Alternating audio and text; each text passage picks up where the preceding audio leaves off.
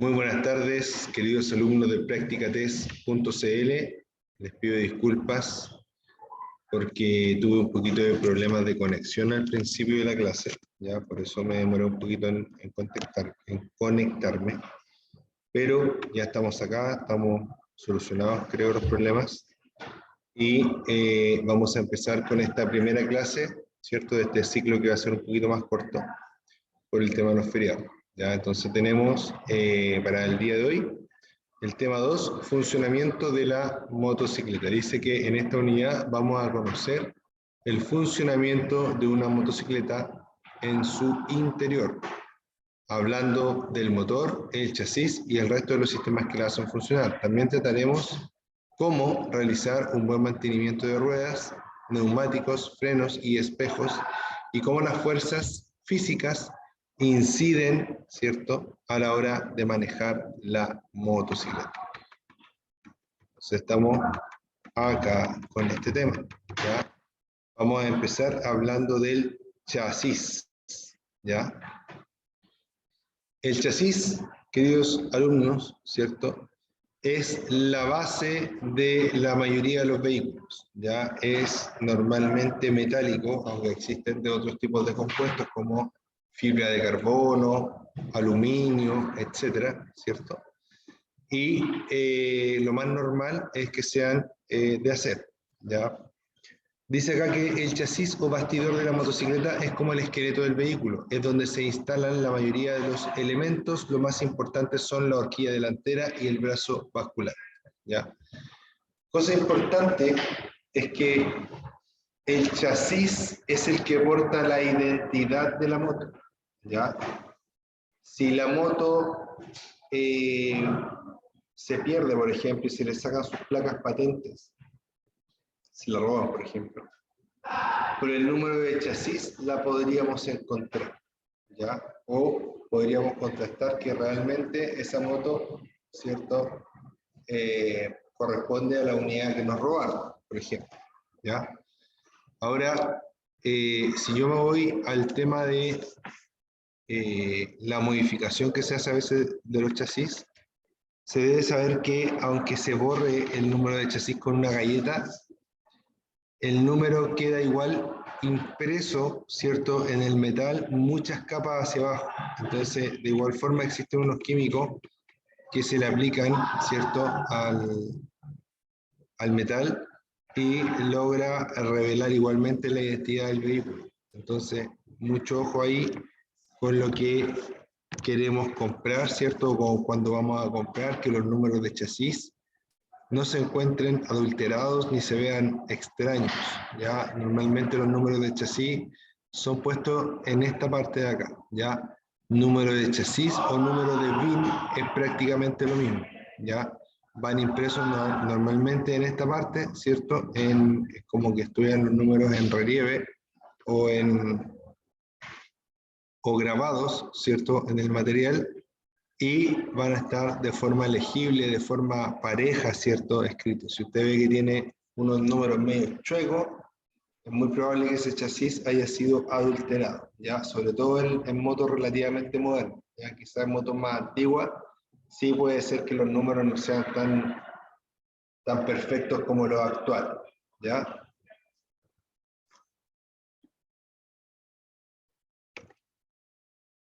El día de hoy tenemos hartas personas conectadas. Les envío un saludo a Alexis Ibarra, a Diexo Pardo, a Eduard Díaz y a Julio Nel Camayo, ¿ya? Por ahí alguno levantó la mano, Eduard levantó la mano. Les comento que si ustedes quieren preguntarme algo o comunicarse conmigo en vivo, lo pueden hacer a través de las preguntas y respuestas, ¿ya? Está casi al medio de la barra de herramientas, ¿cierto? Dice preguntas y respuestas. Ahí ustedes me pueden enviar saludos o alguna pregunta o alguna inquietud que tengan, ¿ya? Entonces, si nosotros vemos este chasis, al que le llamamos hace poco, ¿cierto?, en el texto, esqueleto de la motocicleta, nos damos cuenta que es la base en donde se instalan todos los sistemas, ¿ya? aquí se instala, por ejemplo, el motor. Se instala el motor, se instala el estanque, se instala el asiento, ¿cierto? La dirección, la suspensión, las ruedas, etc. ¿Ya? El chasis es el que une todos estos elementos, ¿ya? Si nos vamos a esta parte, por ejemplo, en esta parte iría puesto el asiento. En esta parte iría puesto el estanque, en esta parte el motor, etc. Dice que la horquilla va puesta al chasis por el cabezal de dirección, a través de rodamientos o cojinetes, ¿ya? Fíjense esto que está acá.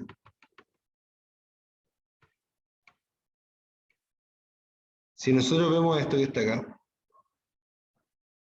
el cabezal de dirección es este tubo que está aquí, ¿ya? Es un tubo muy fuerte, ¿cierto? Y por aquí pasa una espiga o la torre de dirección, ¿ya? Y la torre de dirección, a su vez, abraza las telescópicas, ¿cierto? Para de esta forma dar origen al tren delantero. Con esto, lo que conseguimos, ¿cierto?, es obviamente tener una absorción de impactos, pero más que la absorción de impactos, algo muy importante, ¿cierto?, en la moto, es también que de esta forma la rueda se va a mantener el mayor tiempo posible pegada al piso, ¿ya? Y de esta forma vamos a tener más control sobre ella.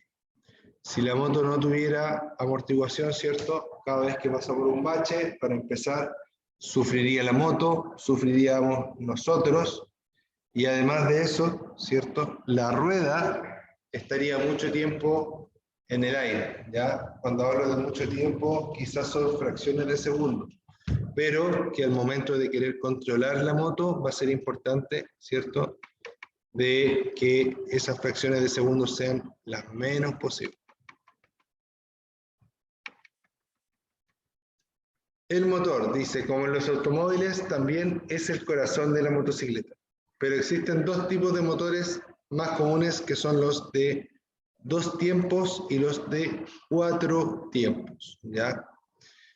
Si ustedes se fijan, este motor, para empezar, es un motor en B, ¿ya? Eso quiere decir que tenemos más de un cilindro y pistón, ¿ya? En este caso, por lo que logramos ver en la foto, tenemos dos cilindros, 2 pistones. Siempre el número de cilindros va a ser igual al número de pistones. Cuando hablamos de motores de 2 tiempos, estamos hablando de motores que permiten, ¿cierto?, que el ciclo de trabajo completo se cumpla en 2 viajes del pistón. Cuando hablamos de motores de 4 tiempos, el mismo ciclo de trabajo se cumple, pero en 4 viajes del pistón. De esta forma, ¿cierto?, vemos que uno, para generar una explosión, un fuego, un empuje, viaja una vez hacia arriba y una vez hacia abajo el pistón, 2 viajes. En cambio, en el de 4 tiempos, el pistón viaja una vez hacia arriba, una vez hacia abajo, otra vez hacia arriba, otra vez hacia abajo, para recién, ¿cierto?, poder tener una explosión, ¿ya? Y un empuje, obviamente. Entonces tenemos la clasificación de los motores de 2 y de 4 tiempos, ya sabemos de lo que estamos hablando en torno a su funcionamiento.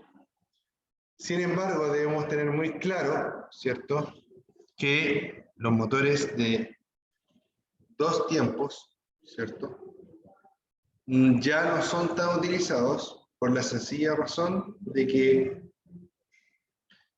el motor de 2 tiempos, para poder trabajar de forma normal, su ciclo de trabajo incluye la quema de aceite, ¿ya? quema aceite de forma natural, no porque hay un defecto en el motor, sino que lo hace de forma natural, ¿ya? En cambio, el motor de 4 tiempos trabaja con su aceite totalmente aislado, ¿cierto?, de la cámara de combustión. Es cierto que en el motor de 4 tiempos, ¿cierto?, se puede llegar a quemar alguna pequeña porción de aceite, pero eso es por un problema del motor o por una mala construcción del motor, ¿ya? Naturalmente no debería quemar aceite. Hay autos con motores, motocicletas también, de 4 tiempos que queman un poquito más de aceite, ¿cierto?, de lo normal, de fábrica, digamos. Pero la diferencia acá está en que en los motores de 2 tiempos el aceite lo quema, está, digamos, pensado para que el motor queme aceite, ¿ya? Por ende, no es muy amigable con el medio ambiente, ya en términos generales. En cambio, el motor de 4 tiempos, al quemar solo combustible, permite, ¿cierto?, que la quema sea mucho más limpia y más ecológica.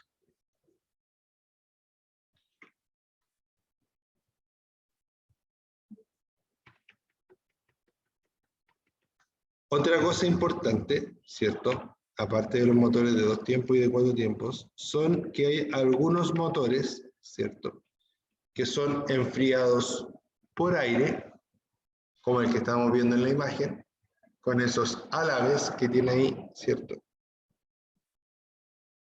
Son como una especie de difusores de calor, ¿cierto? Entonces, estos álabes, esto que está aquí, ustedes se fijan ahí, esas aletas se disponen alrededor del cilindro o alrededor del bloque del motor, con la misión de evacuar de la forma más eficiente posible el calor hacia el aire, hacia el viento que está pasando, ¿cierto?, alrededor del motor. Sin embargo, tenemos otro motor acá abajo, ¿cierto?, en la imagen de ese video. Vemos que este motorcito que está acá no cuenta con esta aleta, sino que más bien es liso. Fíjense que acá es liso, ¿cierto? Y que acá abajo, en el cilindro, ¿cierto?, también es liso. Pero, ¿por qué es liso? Porque en este caso, la refrigeración de este motor se logra a través de agua, como se hace en la gran e inmensa mayoría de los vehículos. Entonces esta moto, ¿cierto?, tiene que llevar un compartimiento especial para aportar el agua que necesita el motor para enfriarse.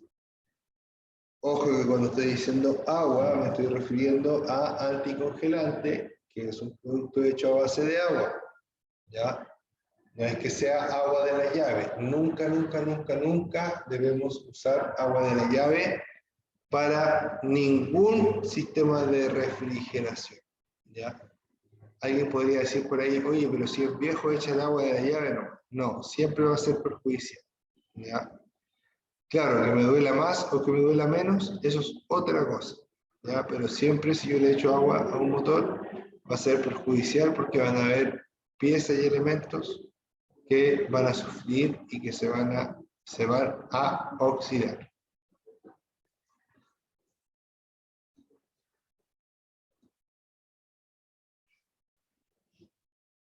.3 dice, sistema de lubricación. Dice, en los motores de 4 tiempos, tiene un sistema de lubricación independiente. Una bomba de aceite envía el aceite a presión a los diferentes puntos del motor para disminuir la fricción, refrigerar el motor y evitar el desgaste de las partes móviles del motor, ¿ya? Muy importante, ¿Ya? Para empezar, los motores de 4 tiempos no queman aceite de forma natural. Ya puede que queman aceite, pero principalmente porque están ya muy deteriorados, muy viejos, etc. ¿Ya? Y los motores de 2 tiempos, ¿cierto? Sí queman aceite. De hecho, el combustible se debe mezclar con el aceite, y al mezclarse el combustible con el aceite, eso es lo que la moto quema, ¿ya? Otra cosa importante dice que una bomba de aceite envía el aceite a presión a los diferentes puntos del motor para disminuir la fricción. Lo más importante que debe hacer el aceite es disminuir la fricción entre los distintos metales que están en rozamiento, ¿ya? O en roce. De esta forma, ¿cierto? Al disminuir la fricción, también el motor se vuelve más liviano, ¿ya? Si yo disminuyo la fricción, aumento la cantidad de tiempo que puedo usar el motor, ¿ya? Si yo tuviera un motor sin aceite, funcionando en seco, ese motor va a durar muy poquito tiempo. Cuando digo muy poquito tiempo, es realmente muy poquito tiempo, ¿ya?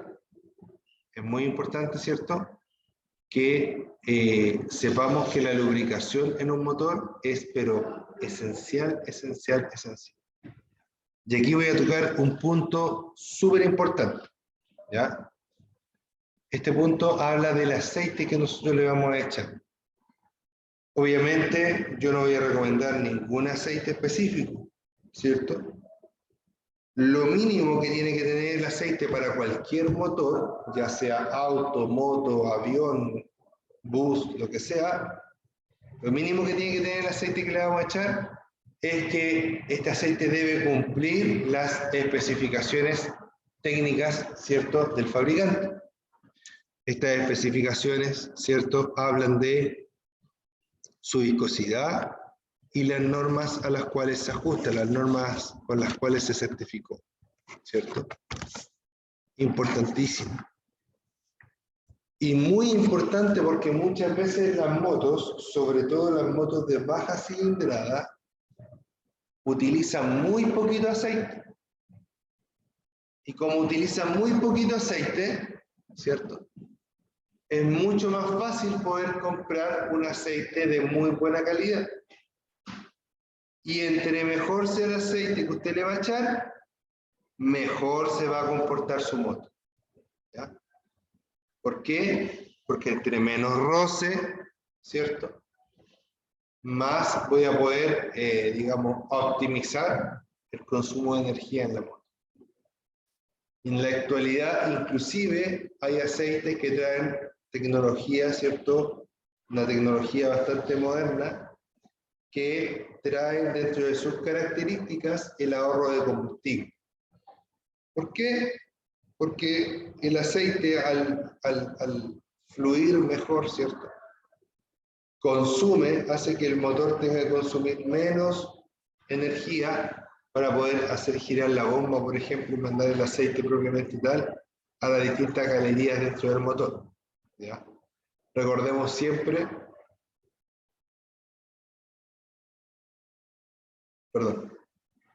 recordemos siempre que los motores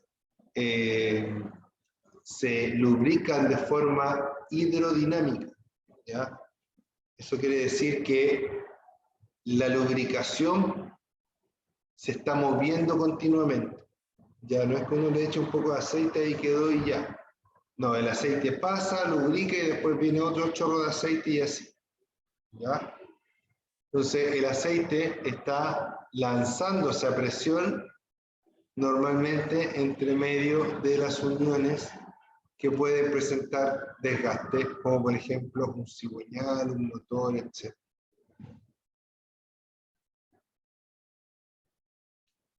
Entonces, recordemos que en los motores de 4 tiempos, la lubricación es independiente. Dice que una bomba envía el aceite a presión a los diferentes puntos del motor para disminuir la fricción.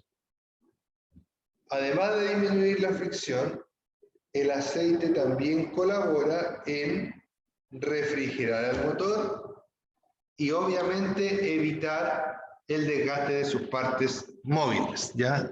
Que es lo mismo que decir que disminuye la presión, la fricción, ¿ya?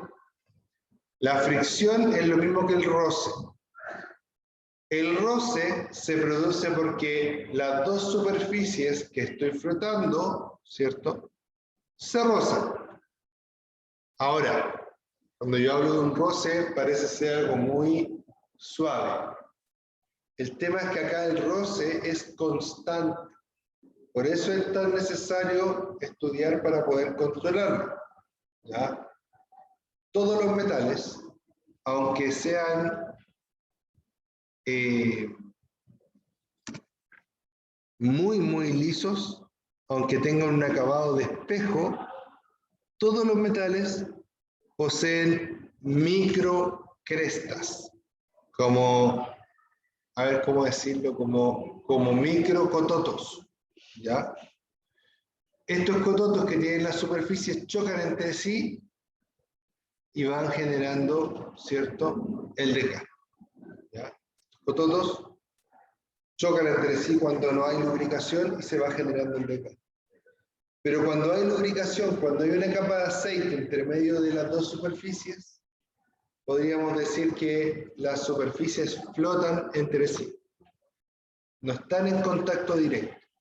Por ende, las crestas tampoco lo están y por ende no se gasta tanto, ¿cierto?, el metal. Ahora, si me preguntan a mí, siempre hay un desgaste. Siempre. El tema es que ese desgaste no sea excesivo, ¿cierto? O por último, administrar el desgaste para cuando más o menos queremos, ¿cierto?, hacerle una reparación al vehículo, ¿ya? Deme un segundo, jóvenes, por favor.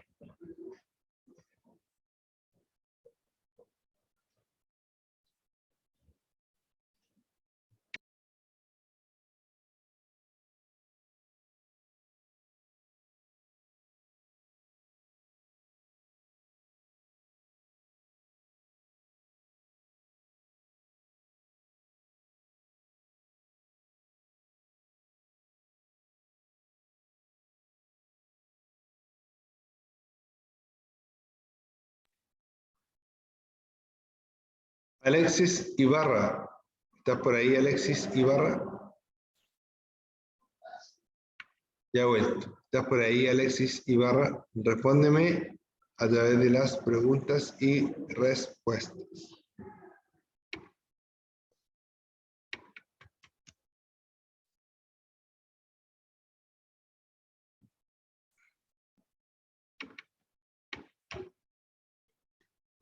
Entonces, si nosotros nos fijamos en esa imagen, nos podemos dar cuenta que en la parte baja se ve algo rojo, ¿ya? Y se ven también una especie de cañerías rojas hacia arriba, ¿ya? Eso que se ve rojo es el aceite en el cárter del motor de la motocicleta. Y esas como tuberías que suben, están conectadas directamente a la bomba, ¿cierto? Y generan un caudal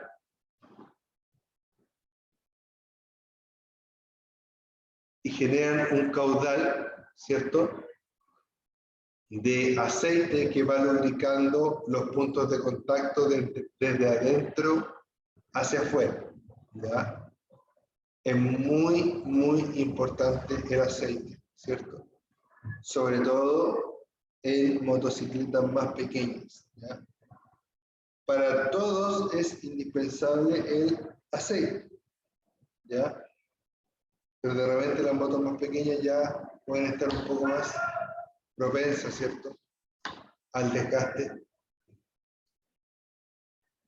Y es por ello que es tan necesario, ¿cierto?, que la lubricación sea de la óptima calidad, ¿ya?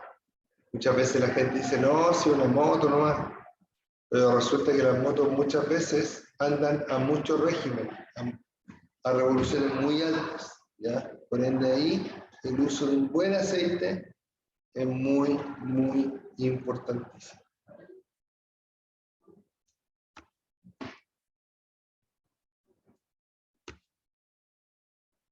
el sistema eléctrico. Dice, la batería, ¿cierto? Dice que con respecto a la batería, dice que la energía eléctrica para las luces procede de la batería, ¿ya? La energía eléctrica, ¿cierto?, procede de la batería.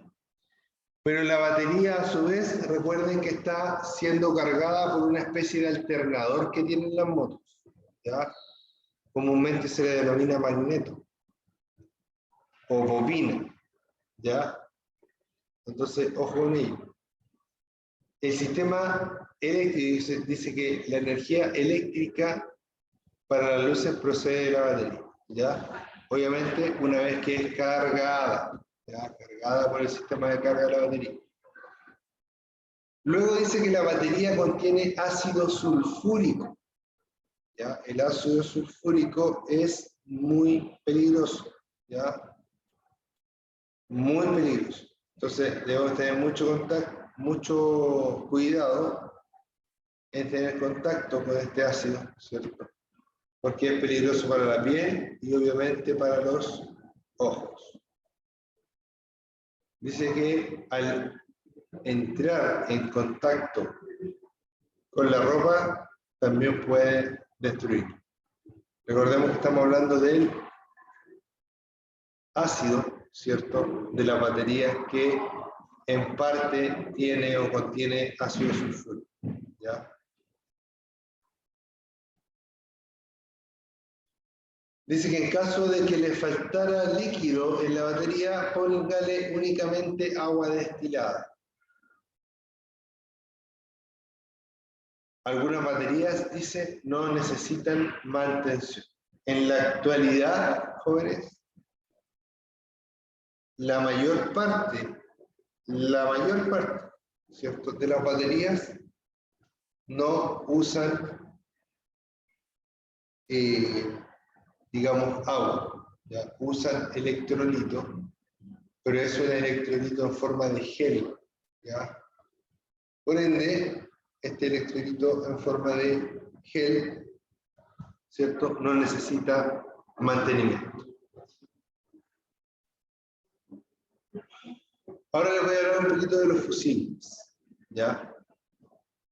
Dice que los fusibles son parte del sistema eléctrico y tienen la misión de impedir el recalentamiento o incendio de los cables. Si la corriente es muy alta, por ejemplo, en caso de un cortocircuito, se funde, ¿cierto?, un hilo del fusible y se interrumpe la corriente. Yo más bien diría que se funde el hilo del fusible, ¿ya? Porque los fusibles tienen solamente una vida, ¿ya? Ahora, aquí les quiero explicar algo, ¿cierto?, que de verdad les va a servir y de verdad es muy importante y poca gente lo entiende bien. Cuando yo estoy hablando de fusible, ¿cierto?, la palabra viene un poco de fundible, ¿ya? Los fusibles se pueden fundir, se funden a cierta temperatura del cable, ¿ya? Entonces, cuando yo tengo problemas con los fusibles, es muy importante que yo pueda determinar realmente la falla que estoy teniendo. Si el fusible se quemó y yo lo reemplazo, ¿cierto?, y la moto vuelve a encender, eso es genial. Porque significa que a lo mejor la falla eléctrica que hubo fue una falla esporádica, es decir, que se dio en el momento y se arregló sola inclusive, ¿ya? Pero también tengo ciertas quemaduras de fusibles por daños permanentes. Cuando yo cambio un fusible, el vehículo debería partir, ¿Ya? Así que está todo ok. Si yo cambio un fusible y el vehículo no parte, ¿cierto? No debemos poner un fusible de mayor capacidad, ¿cierto? Para que el vehículo parte, digamos. Voy a explicar un poco mejor. Cuando el fusible se corta, yo debo reemplazarlo. Pero si cuando lo reemplazo, el fusible se vuelve a quemar, significa que en la moto tengo un cortocircuito. Eso significa que en alguna parte el positivo con el negativo están unidos, ¿cierto? Y generan temperatura. Y obviamente la temperatura funde el fusible. Nunca debo cambiar la capacidad del fusible. Puede ser que, por ejemplo, pasé por un hoyo y un cable positivo con uno negativo se juntaron y quedaron juntos. En ese caso yo voy a cambiar otro fusible y me lo va a quemar de inmediato. Y voy a pensar que el fusible salió malo, ¿cierto? Y voy a volver a poner otro fusible y se va a volver a quemar el fusible. ¿Ya? Entonces, ahí en ese caso, si la moto no parte, lo mejor será llamar a una grúa, ¿cierto? Y que nos lleve la moto de forma segura hasta nuestro hogar. Sin embargo, a veces pasa esto mismo, que se junta un cable positivo con un negativo, en un hoyo por ejemplo, pero se junta, me quema el fusible y los cables se separan solos. Entonces yo pongo un fusible nuevo, echo a andar la moto y nunca más me da problema.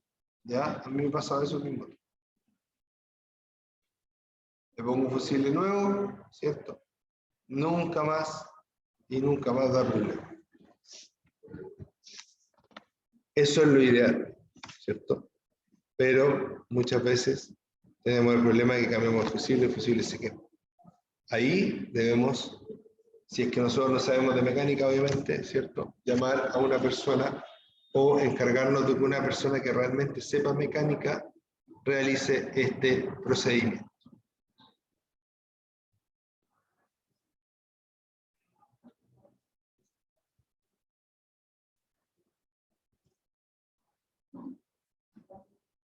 Importante dice, el motor de una motocicleta se pone en funcionamiento por medio de un sistema de arranque que se acciona mediante un circuito eléctrico acoplado a un interruptor, o bien un sistema mecánico accionado por un pedal de arranque y bobina, ¿ya? Muy importante eso, ¿cierto? Hay motos que encienden con un botón y con un motor de partida, igual que un auto, ¿cierto? Y hay motos que te dan un pedal, ¿cierto? Uno tiene que darle como vuelo con el pie al motor para que el motor pueda partir y encender por sus propios medios, ¿ya?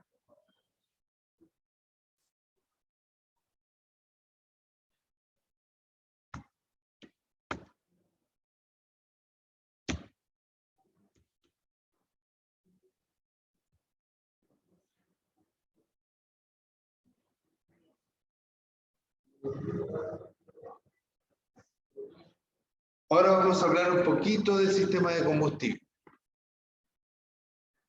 Para empezar, vamos a dejar en claro que en la actualidad conviven dos sistemas de alimentación de combustible, muy importantes. Uno es la forma más básica, ¿cierto?, de administrar combustible a un motor, que es el carburador, ¿cierto?, en el cual tengo el carburador, ¿cierto?, conectado a una manguera de combustible y el carburador empieza a, digamos que el carburador al pasar el aire por dentro de él, se succiona una porción de combustible y ese combustible llega dentro del motor y se generan las explosiones. Y tengo otro sistema, que es el más eficiente hasta el momento, mucho más eficiente que el carburador, que se llama inyección electrónica. La inyección electrónica permite, ¿cierto?, una dosificación más exacta del combustible, pero se vale,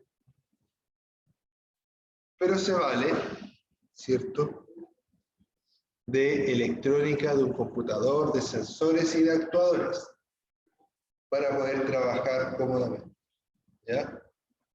Entonces, ¿qué es mejor si ustedes me preguntan, carburación o inyección? Obviamente inyección. Ya en la actualidad se están cambiando todos los carburadores que se pueden cambiar a inyección electrónica. Hay mucha gente que lo hace. Ya en el caso de las motos no hay muchos sistemas muy conocidos, pero en el caso de los vehículos, por ejemplo, los autos que son carburados, en la actualidad ya se les puede montar inyección, ¿cierto?, de combustible con un computador externo, etc. ¿Ya? En el caso de las motos no se ve tanto eso, ¿ya? Y todavía quedan muchos carburadores en el mundo de las motos, pero son carburadores de motos que ya se han vendido hace un tiempo, ¿ya? En la actualidad no estoy seguro exactamente si todas las motos tienen que venir con inyección, pero en la actualidad la gran mayoría de las motos vienen con inyección, ¿ya? Motos chinas, motos chicas, motos grandes, todas con inyección. ¿Por qué? Porque es un sistema mucho más eficiente, ¿ya? Si nosotros vemos ahí, esa imagen dice llave de paso de combustible operada por vacío, ¿ya? El tema de la llave de paso, ¿ya? No necesariamente el tema de la llave de paso por vacío, que les voy a hablar de cualquier llave de paso. Lo traen principalmente las motos con carburador, ¿ya? Si su moto tiene llave de paso, tómese un ratito para aprender cómo funciona. La llave de paso de la moto lo que hace es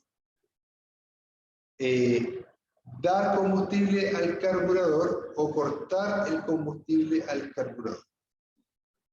Cuando yo doy el combustible, ¿cierto?, pasa un flujo de combustible desde el estanque hacia el carburador. Cuando yo lo corto, obviamente se corta. Pero aparte de eso tiene otra posición más. Una posición que se llama reserva, ¿ya? Si yo ando constantemente en la reserva, me va a pasar que voy a ir en la moto, voy a quedar sin combustible y no voy a tener ninguna opción para salir del paso en el momento. Entonces les voy a decir que las llaves de paso normalmente tienen tres posiciones. On, que es la benzina dada, la benzina puede ir al carburador. Off, la benzina no puede ir al carburador o la gasolina. Y 3, la posición res o reserva, que es una posición, ¿cierto?, para que la misma moto lleve una pequeña reserva de combustible. ¿Y cómo funciona? Cuando yo ando con la moto en la posición on, ¿cierto?, voy circulando, se va consumiendo el combustible y si a mí se me olvida pasar a cargar combustible, la moto se va a parar. Va a hacer como que no le queda combustible. Siempre y cuando yo vaya a la posición on, ¿ya?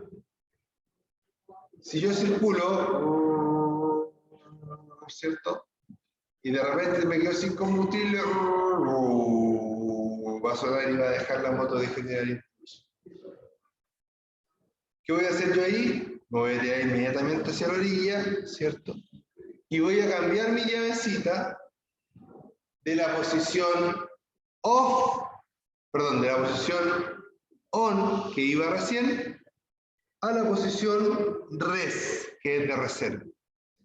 Y en ese momento va a caer una pequeña porción de combustible al carburador y va a permitir que la moto se pueda echar a andar una vez más.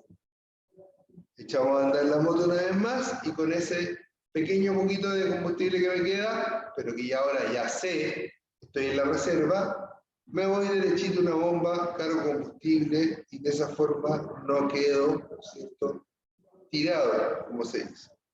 ¿Ya? Entonces, mucho ojo con ello.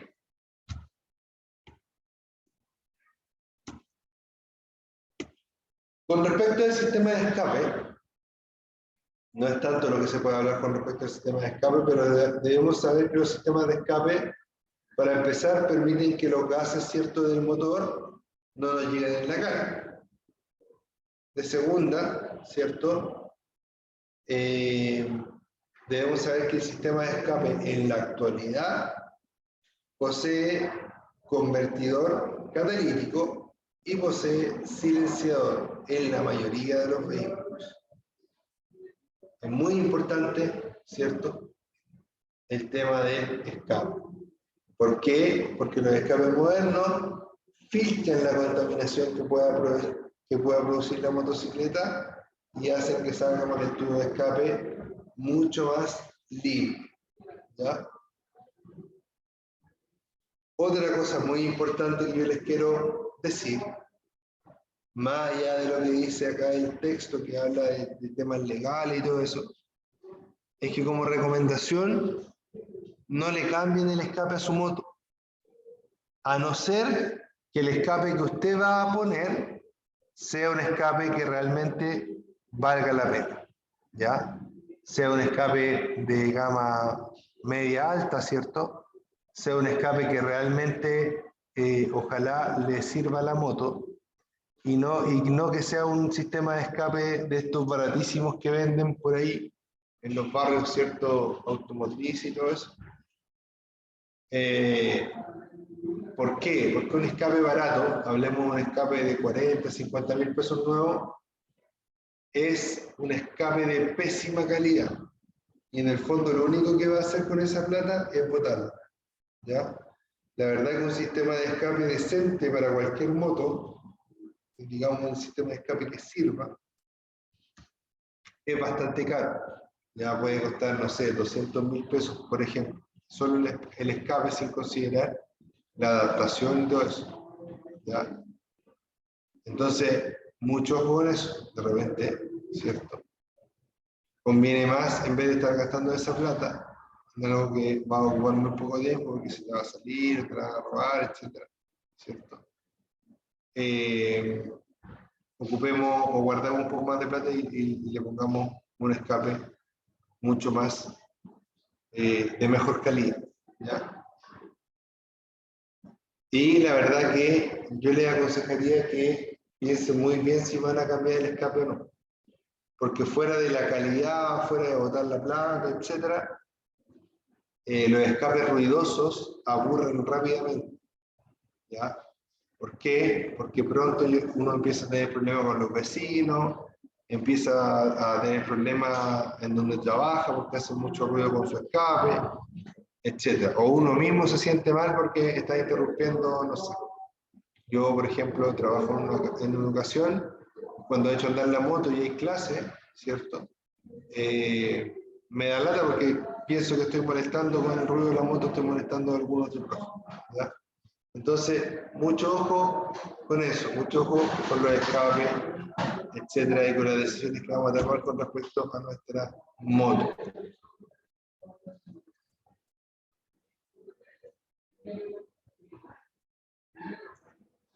Ya. Y por último, ¿cierto?, reafirmar el tema de la refrigeración que ya hablamos delante, ¿cierto?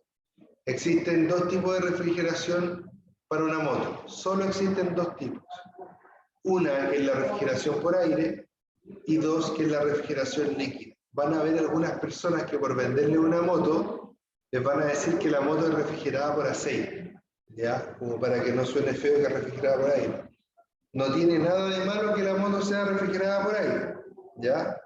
Pero sí es necesario tener otros tipos de cuidado, y por ejemplo para una moto para andar en la ciudad, para viajar o para mantenerla mucho tiempo en funcionamiento, normalmente se recomienda más una moto que sea refrigerada por agua. ¿Ya? Es como que las motos refrigeradas por aire se calentaran más fácil. ¿Ya? Ahora, los motores de moto que son refrigerados por aire están pensados prácticamente para muchas situaciones. Entonces tampoco es que vayan a tener muchos problemas si cogen un motor refrigerado por aire. Pero lo que deben tener claro es que las motos o son refrigeradas por aire o son refrigeradas por líquido. ¿Ya? El líquido, ¿cierto? El líquido es agua con una especie de compuesto, ¿cierto? Que hace que esa agua no se congele y no hierva los 100 grados, sino que disminuya su punto de congelación y disminuya y aumente su punto de ebullición. ¿Ya? Eso es un anticongelante. Y es importante, ¿cierto?, que ustedes sepan que a veces dicen refrigerada por aceite, inclusive acá en el texto arriba dice refrigerada por aceite.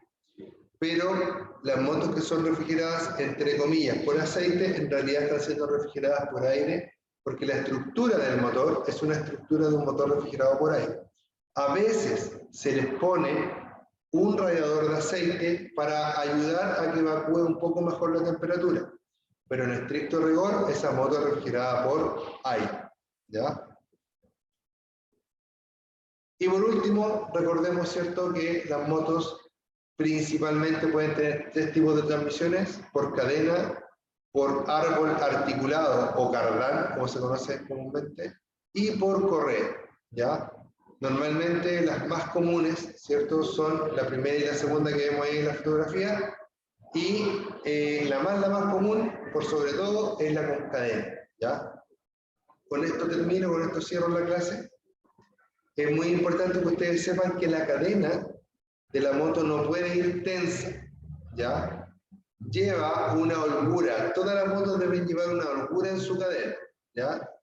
Si me lo preguntan en palabras así como fáciles, son entre 2 y 3 dedos que se debe mover la cadena por su parte inferior hacia arriba o hacia abajo. ¿Ya?